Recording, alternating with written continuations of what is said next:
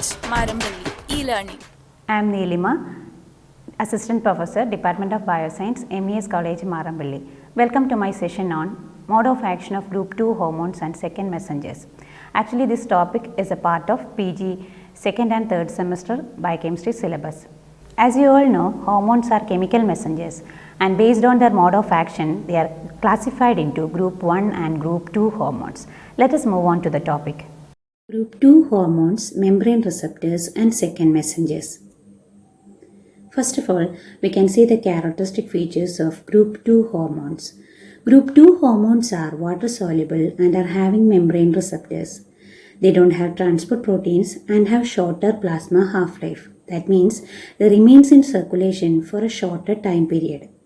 Since they cannot enter into the cell, they use intracellular signals, we call them as second messengers, to induce their physiological action by protein or enzyme modification. Hence, their mechanism of action is mediated through the intracellular signals they generate. And such signals include cyclic AMP, cyclic GMP, calcium ions and IP3.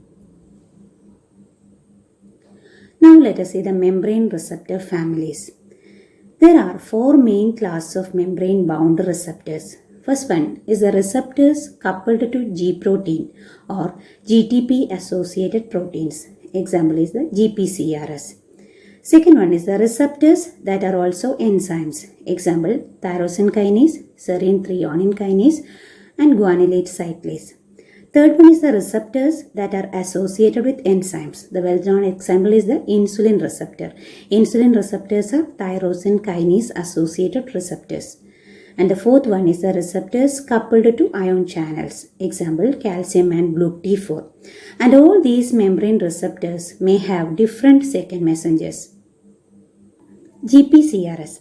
Receptors which signal through guanine nucleotide or GTP bound protein intermediates are known as G protein coupled receptors or GPCRS. And these receptors are coupled to effectors, and these effectors are usually associated with adenylyl cyclase, calcium ions, potassium, sodium or calcium channels. Now let us see the structure of a GPCR. GPCRs typically have 7 transmembrane alpha helixes called as spanning domain. You can see the green colored part in the figure. It is the spanning domain. And it is associated with a G protein. G protein is a heterotrimeric complex composed of alpha, beta and gamma subunit with an inactive GDP bound form. And there are a large families of G proteins. This is another structure of a GPCR. Molecular mechanism of action of GPCR. How the GPCR works. Binding of a hormone with the receptor causes conformational changes in the receptor. Then the GDP converts to GTP and the beta gamma subunits detach from the GTP protein. Now the GTP alpha subunit, that is the active part, attach with the effector.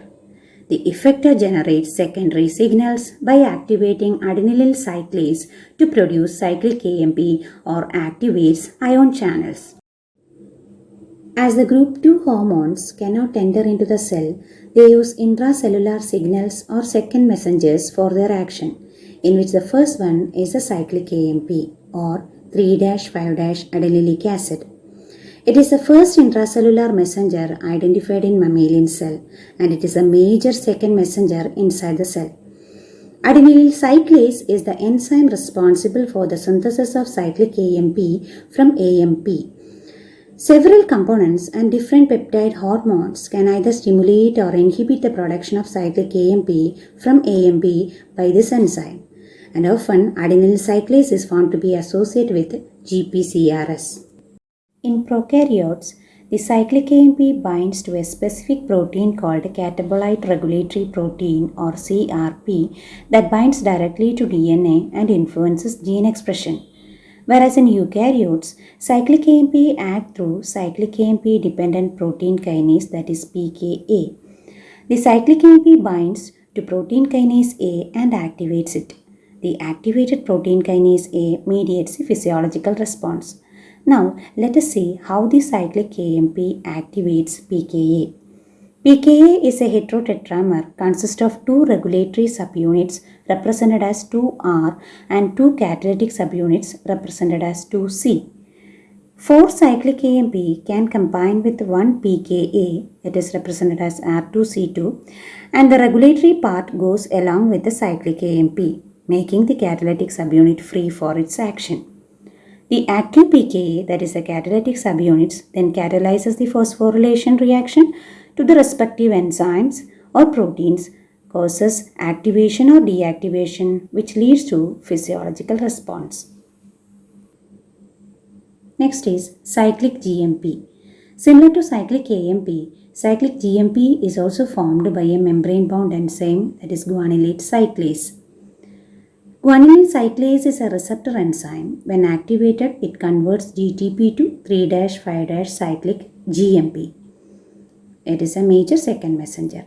Cyclic GMP carries different messages in different tissues. It triggers ion transport and water retention in kidney and intestine, relaxation of the smooth muscle in heart, in contraction relaxation coupling. Then cyclic GMP dependent protein kinases are generally called PKG or protein kinase G. Then the other important second messenger is the inositol triphosphate. It is produced from a glycolipid, phosphatidylinositol, which plays an important role in signal transduction and cell-to-cell communication. Phospholipase hydrolyzes phosphatidylinositol 4,5-bisphosphate into diacylglycerol and inositol triphosphate, and both are effective second messengers.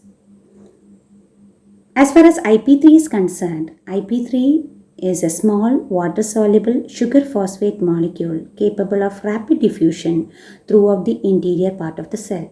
It binds to specific IP3 receptor located at the surface of the smooth endoplasmic reticulum, which act as calcium ion reservoir in a variety of cells. Binding of an IP3 opens calcium channels. Calcium in turn acts as intracellular second messenger, which triggers specific cellular responses. Next, move on to calcium ions or role of calcium in signal transduction. Ionized calcium is an intracellular messenger of hormone action. It regulates a variety of cellular processes like muscle contraction, relaxation coupling, blood clotting cascade, enzyme activity, and membrane excitability. Different hormones increases the intracellular calcium levels by specific mechanisms. These hormones act through a calcium-dependent protein kinase, that is PKC. Activation of calcium-dependent protein kinase. Calcium mediates its effects through active calmodulin. Calmodulin is nothing but an intracellular calcium binding regulatory protein, or it is the intracellular calcium receptor. It is similar to muscle protein troponin C in structure and function. Calmodulin has 4 calcium binding sites. A fully occupied or saturated form is subjected to a marked conformational change. This form can activate other enzymes or which opens ion channels and thus mediates the physiological action. That's all about group 2 hormones and second messengers. Thank you.